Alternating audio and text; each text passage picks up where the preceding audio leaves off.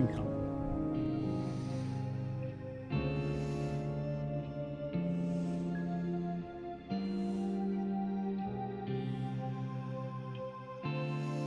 We go around with blinkers on. We think we're killing it.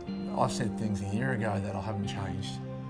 So, coming today, it's made me accountable, and to, I'm looking forward to the next 90 days. I've made some big statements. Absolutely life-changing. I've learned so much since I've been on my own again, and today, about myself and how I can change and be a better version of what I am. I'm going to achieve it, and I'm going to enjoy the satisfaction of actually achieving what I set my heart and my mind to. Being numb, just going through the motions of thinking that, I'm doing the right thing and not paying, worried about selfish. I've been selfish. I have been giving myself permission to have excuses. There's no more excuses because the only person that I'm hurting is myself. Because the truth is, we've all been suppressed. We've been suppressed for centuries. We've been asleep for centuries. It all started in the kingdoms that were created thousands of years ago. And we were peasants and servants in those kingdoms. And we served in those kingdoms. And we went to war in those kingdoms. And we died and fought for others. And we didn't know what it was like to have our own kingdom. But in this day and age, we are kings and queens, but we don't know how to be kings and queens anymore. We've forgotten, and we have to bring it back. And a big change happened at the beginning of the 19th century.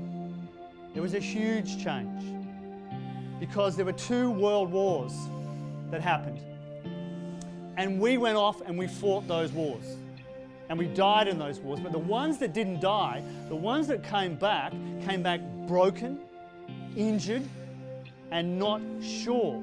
Because it was like, if that's what it is to be a man and go out there and slaughter, literally slaughter millions, then I don't want it. Some of you in the room remember your fathers in the war and what they came back like. And that continued on because they'd forgotten. They didn't want it, so they stepped down. And when they stepped down, something else had to happen. You had to step up. And you're still doing it now. It's cultured in now.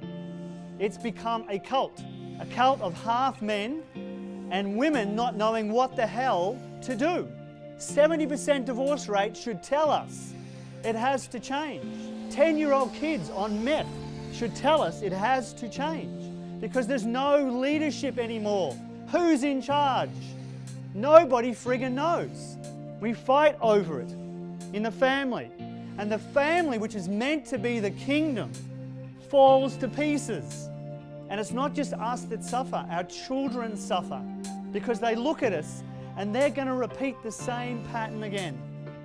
They're going to go out and do exactly the same thing. And what we're handing down to them is a shattered kingdom. And it has to stop. I think I'm really going to look at my behaviour towards my children and the amount of time that I haven't been spending with them. Got 3 kids and life can get really busy. So I've really got to make it a priority to spend time with them individually. I don't spend enough time with them to really get to know who they are. You just spend time with them, running around the sport or picking them up from school, but it's not really quality time.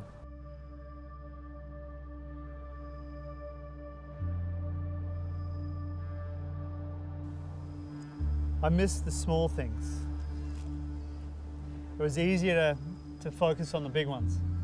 It was easier to conquer my fitness and to conquer my business than to notice those small moments, those small interactions.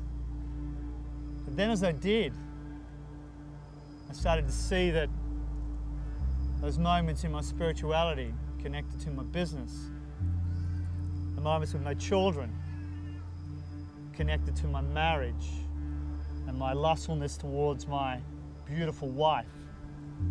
And those small moments working out, getting that fitness where I needed it, really needed it, and my health impacted me across all areas.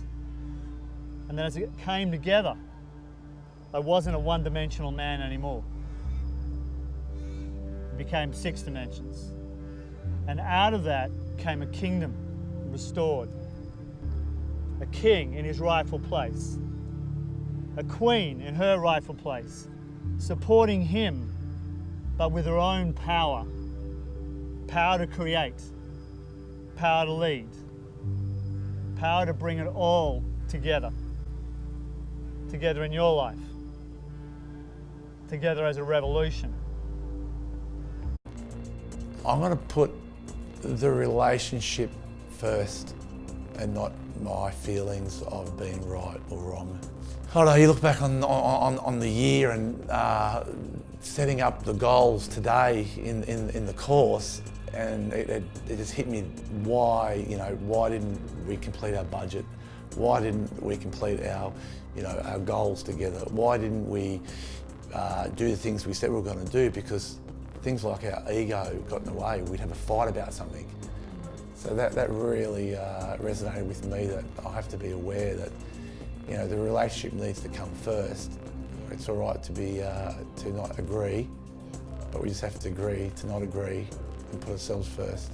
Yeah, we need to grow up. Well, I do anyway, so I'm going to grow up. But what if there was a different way? What if there was a code, a shield, and a castle that you can rely on that would show you the way through that?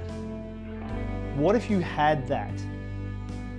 Because the truth is, divorce is really expensive. Really expensive. Running around rescuing your kids because you weren't there is really expensive. Rescuing your son or daughter out of a drug addiction is really expensive. Trying to get your daughter away from sleeping with an older man is really expensive. That's what's expensive. That's what's painful. And it's just sad when people come out of this event and they're like, bro, why didn't I do this ages ago? Man, this is the best thing I've ever done. And I'm like, yeah, of course it is. I wish that too. Oh, it's life-changing. It's amazing. It's a fantastic feeling being here today. It's changed my life. I was asleep. From today's event with Brett, hands down, just get into it. Just do it, because Brett, he's big on doing the right action all the time and truthful. The thing about him is that he tells it as is and he doesn't.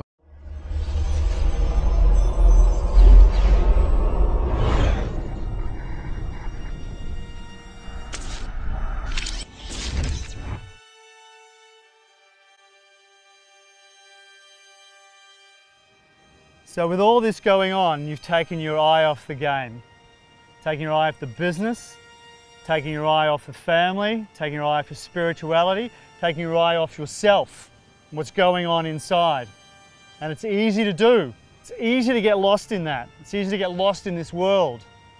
But this is where the rubber hits the road. This is where the conversation gets real. This is where we talk about not thinking about things, because it's easy to think about things. Lots of people think about stuff. Lots of people think about improving their health. Lots of people think about forexing their business. Lots of people think about the problems in their marriage.